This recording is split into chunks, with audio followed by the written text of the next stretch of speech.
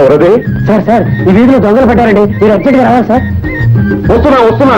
ఏమండి మీరు అడగండి, అచ్చి వాడే వెళ్ళిపోతాడు. ఇదిగో అదే తప్పు. ఈ దుర్ముహూర్తం ఈ వీధిలో ఉండగా ఆ దొంగ రాసుకెళ్ళి ఈ వీధిలో రావడానికి వాడికి ఎన్నుకుంటారు. ఇప్పుడే వాడి సంగతి తెలిచేస్తాను. అదేం కుదరదు, మీరు వెళ్ళకూడదు అంతే. నీకు తెలియ చిట్టి అబ్బా ఉండమంటుంటే నేను ఇప్పుడే వస్తానండు.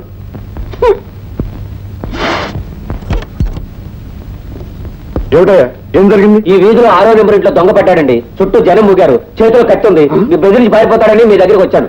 ఆయన రారు, అదేదో నువ్వే చూసుకో వెళ్ళు. రానంటూ రూల్స్ కి విరుద్ధం. ఏంటండి రూల్స్ మాట్లాడుతున్నారు?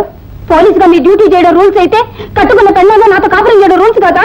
అబ్బా నీకు తెలీదు, నువ్వు ఊరుకో. ఇదిగో 247 నేను డ్రెస్సెస్కి వస్తాను, నువ్వు పద.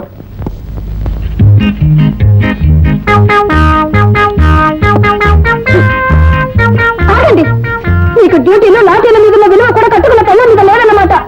కోరి పోలీసే కావాలని పెళ్లి చేసుకున్నందుకు బాగా బుద్ధి చెప్పారు. లోకల్ ఎంతమంది పోలీసులు ఉన్నారు, అందరూ ఇలాగే పెళ్ళాన్ని వదిలేసి డ్యూటీ అంటున్నారా? ఇదిగో ఇప్పుడు నీ సోదంతా వింటూ కూర్చుంటే అవతల దొంగ పడిపోతాడు. నేను వెళ్తున్నాను, నువ్వు తలపేసుకో. అంతేనా? ఇదిగో చిట్టి, శోభనం అనేది శుభకార్యమే, దొంగను పట్టుకోవడం అనేది ఘనకార్యం. ఇలాంటి ఘనకార్యాలు నేను ఎన్ని చేస్తే నాకు ప్రమోషన్ వస్తుంది? మీకు లాఠీలు దొంగలు ప్రమోషన్లు తప్ప పెళ్ళ ముచ్చితే ఏం అక్కర్లేదన్నమాట. నేను చెప్పానా? నాకు డ్యూటీ ఫస్ట్, పెళ్ళం నెక్స్ట్. నీ సోదంతా వింటూ కూర్చుంటే అవతల దొంగ పడిపోతాడు. అలాగే ఇలాగే రోజు నైట్ డ్యూటీ చేస్తుండండి. నేను ఈ సంసారాన్ని మానేసి సన్యాసులో కలిసిపోతాను. నీ బెదిరింపులకు తెలిసిపోయి నేను డ్యూటీకి వెళ్తా మానుతాను అనుకుంటున్నావా? మాన్నం, వెళ్తున్నాను. వెళ్తున్నాను.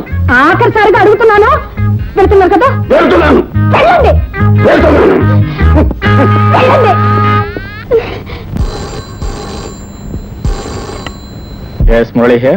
హలో మురళి, నేను గీతను మాట్లాడుతున్నాను. ఇప్పుడే ఊరి నుంచి వచ్చాను. ఆహా, రాణి గారికి ఎప్పటికి తీరిందనమాట రావడానికి. నేను స్టేషన్ దగ్గర టెలిఫోన్ బూత్ నుంచి మాట్లాడుతున్నాను. వద్దలించాగానే అక్కలే ఉంది, ఇప్పులే వస్తా.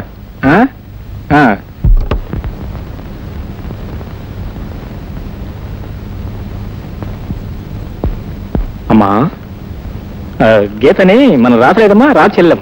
ఐఎమ్ సారీ, రాధని మన గీత లేదు, గీత చెల్లెం. ఇట్రా.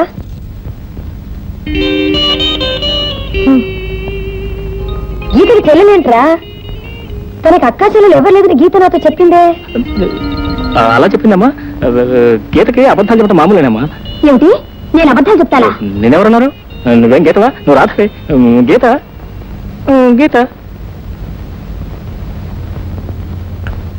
అదే హాలిక్స్ తీసుకోండి. చూడమ్మా, నీకోసం ఎవరొచ్చారో చూడు. ఎవరు? ఎవరంటావండి గీత? నీ చెల్లెలు రాధ. రాధ నా చెల్లెలా?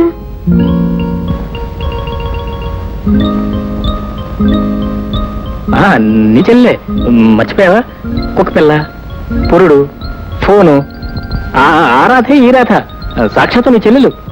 అవును, నా చెల్లెలే. నేనే మర్చిపోయాను అత్తయ్య. చెల్లెలు మర్చిపోవడం ఏంటమ్మా, మరీ సోజ్యంగా ఉంది. మర్చిపోవడం అంటేనమ్మా, ఇది మామూలు మర్చిపోవడం కాదమ్మా.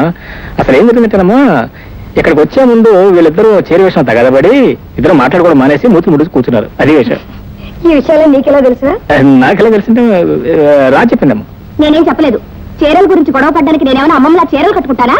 నువ్వు చెప్తే చెప్పింది. నేను మాత్రం మొగరాయిలా గొట్టం ప్యాంట్లు వేసుకుంటానా? గొట్టం ప్యాంట్లు 2+2 మీ అక్క చెల్లెలు గొడవ.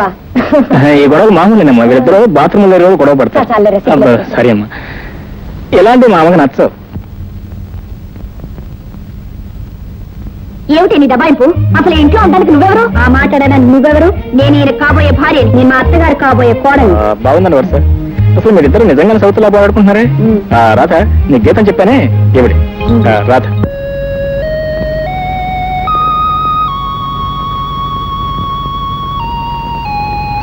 ఏమిటి రాధ వాచ్మెన్ లాగా అడ్డంగా ప్రచారం చేస్తున్నావు? ఇవాళ మీరు మా చెల్లెలు గారిని తీసుకొచ్చారు కదా. అవును. పాప ఆవిడ గారికి ఏం కావాలన్నా వెంటనే తీసుకొచ్చి ఇవ్వడానికి ఇక్కడే పారకేస్తున్నాను. అదే అక్కర్లేదు రాధ, గీతం గురించి నువ్వు మరీ అంత శ్రమపడాల్సిన అవసరం లేదు. నేను కదా శ్రమపడటానికి. నువ్వు వెళ్ళి హాయిగా విశ్రాంతి తీసుకోవచ్చు. నా గురించి మీరేం వరీ అవనక్కర్లేదు. మీరు వెళ్ళి పడుకోండి. ఎస్, పడుకుంటాను అనుకో, కానీ రోజు పడుకోబోయే ముందు పాలు తాగటం అలవాటు. పాలేగా, ఒక నిమిషం తీసుకొస్తాను. ఒక నిమిషం అక్కర్లేదు, కావాల్సిన టైం తీసుకోవచ్చు. ఈవెన్ గంట తీసుకొస్తాను.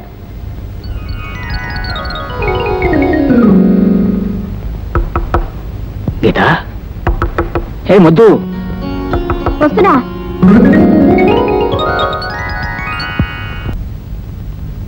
ఏమండి ఏమండోయ్ లేవండి సార్ లేవండి సార్ శ్రీమాన్ సత్యమూర్తి మురళి గారు ఏంటి హ్యాపీ బర్త్డే టు యూ